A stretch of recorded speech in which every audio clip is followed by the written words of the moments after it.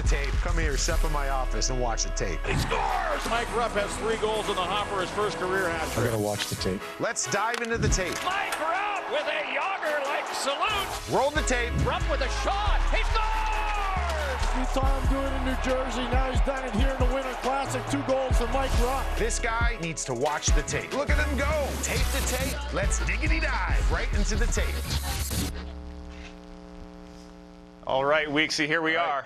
Let's go. I know it's early in the season, not a lot of game footage yet, but we still have some stuff for the tape room, so let's dive into it. Take them in there, Schneiders. All right, we are going to talk about Get the involved. Vegas Golden Knights, Stanley Cup champions 2 years ago. Bit of an up-and-down season last year. Some new faces, some new additions at the deadline. Barely made the playoffs, but everyone was, figuring they could go on a run. No one's going to sleep on them. True. What do you think about them for this season? I think that they're in a unique situation.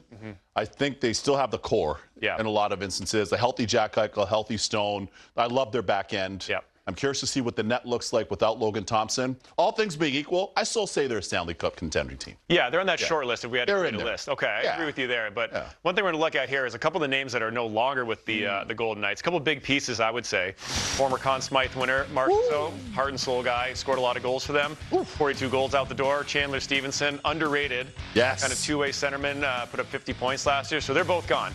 So we got to find a way for Vegas to replace that because with their cap issues, they weren't able to bring in a lot of guys. But who's that guy that we're thinking of here? That's your guy, yeah. Tomas Hertl. Tomas. Who I like a lot, too. I do, too. I like him a lot. Yeah, he was hard to play against in San Jose. But we know he got here last year. Deadline was hurt. Yeah. Didn't play much for them in the regular season. Got it in that first round. So we still don't know a whole lot about how he's going to fit in with this team. But let's take a look here. We're going to show you some clips of him in his short time with Vegas last year just to maybe find out how he is going to fit in. So here we go. Right off the draw here. Wins the draw. Right to the net goal.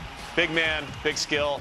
But he does the simple things like that, which I think Vegas is going to need with all that other skill they have. So here you go again.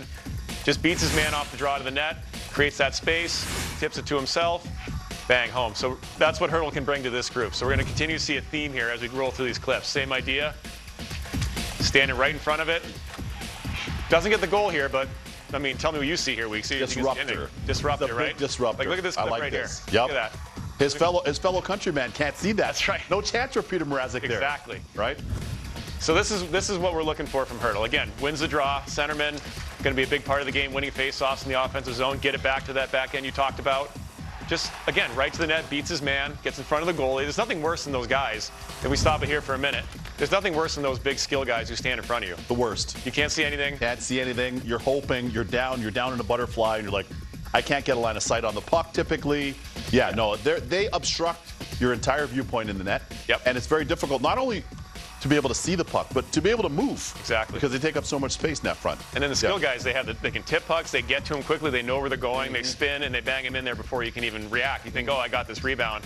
Meanwhile, there's Hertl, there's reach, getting around it. So exactly. Let's keep it rolling here. It's, again, similar theme here. We're not getting too crazy early in the tape room season on X's and O's, but this is just an idea.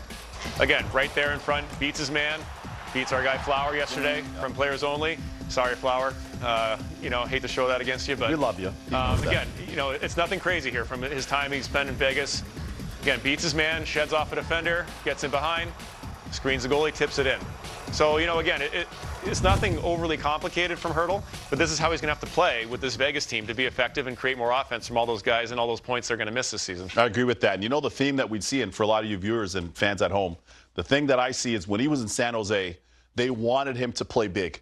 And by watching Joe Pavelski and Jumbo, and those, but specifically Pavelski in and around the net, from the dots down, getting net front, tipping pucks, screening the goalie, he's doing a lot of that dirty work, and you can see that influence of Pavelski in his game. Exactly, and as we say, that's playoff hockey too right there. True. So they're going to go on a run. No doubt. They need that kind of hockey. So